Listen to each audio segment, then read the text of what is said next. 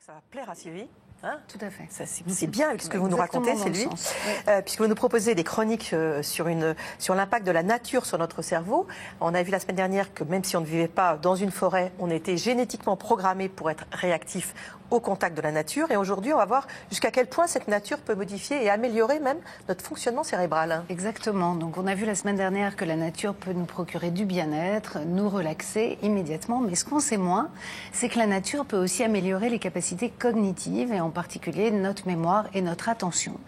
Et il y a une dizaine d'années, il y a même eu une première recherche qui a montré qu'une heure passée dans la nature, voilà des belles images, une heure passée dans la nature pouvait nous permettre d'améliorer de 20% nos capacités attentionnelles, ce qui n'est pas rien. Et donc du coup, on ne peut que conseiller aux enfants et aux adolescents, plutôt que de s'enfermer pour travailler, d'aller s'aérer dans la nature parce que c'est réellement bénéfique. Alors comment est-ce que ça marche ? On pense que quand on utilise notre attention pour une tâche intellectuelle, c'est coûteux, c'est volontaire, c'est une forme d'attention qui est vraiment épuisante. Et à l'inverse, quand vous êtes dans la nature, vous pouvez avoir votre attention qui est captée vraiment par un paysage, un ciel, un lac, un arbre. Et cette fascination pour la nature va être en fait une orientation totalement automatique de l'attention qui probablement nous permet de récupérer nos capacités attentionnelles lorsqu'on va devoir les utiliser de manière volontaire. Donc c'est vraiment très efficace.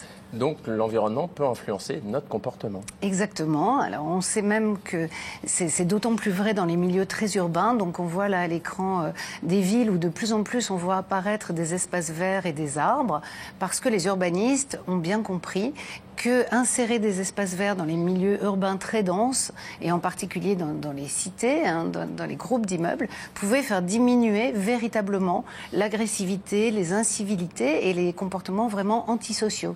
Donc c'est extrêmement important. Mais alors si cet environnement influe sur nos pensées, sur notre mémoire, sur notre attention, sur nos comportements, ça veut dire que si on est entouré de verdure, on est plus heureux ?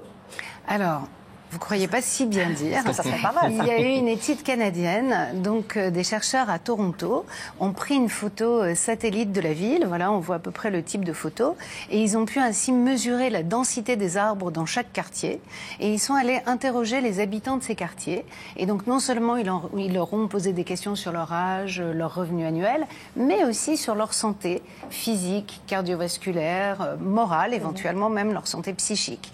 Et les participants devaient répondre à ces questions et ensuite on a corrélé le nombre d'arbres autour de chez eux et leurs réponses. Et on s'est rendu compte qu'il y avait une corrélation positive entre les deux, c'est-à-dire que plus les gens habitent un environnement vert, plus ils donnent des réponses de bonne qualité.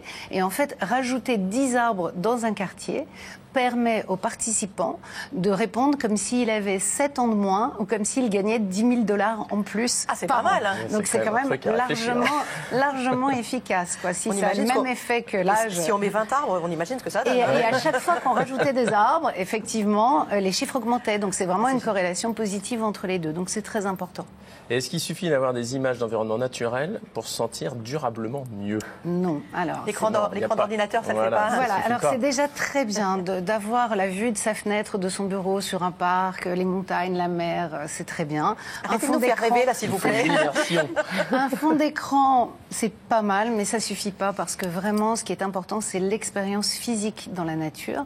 Donc il faut être vraiment stimulé avec tous nos sens. En immersion. Donc, exactement. La vision, l'audition, l'olfaction, le bruit du vent dans les feuilles, la température, le soleil qui vient caresser votre peau, tout ça c'est important, sans compter l'activité physique.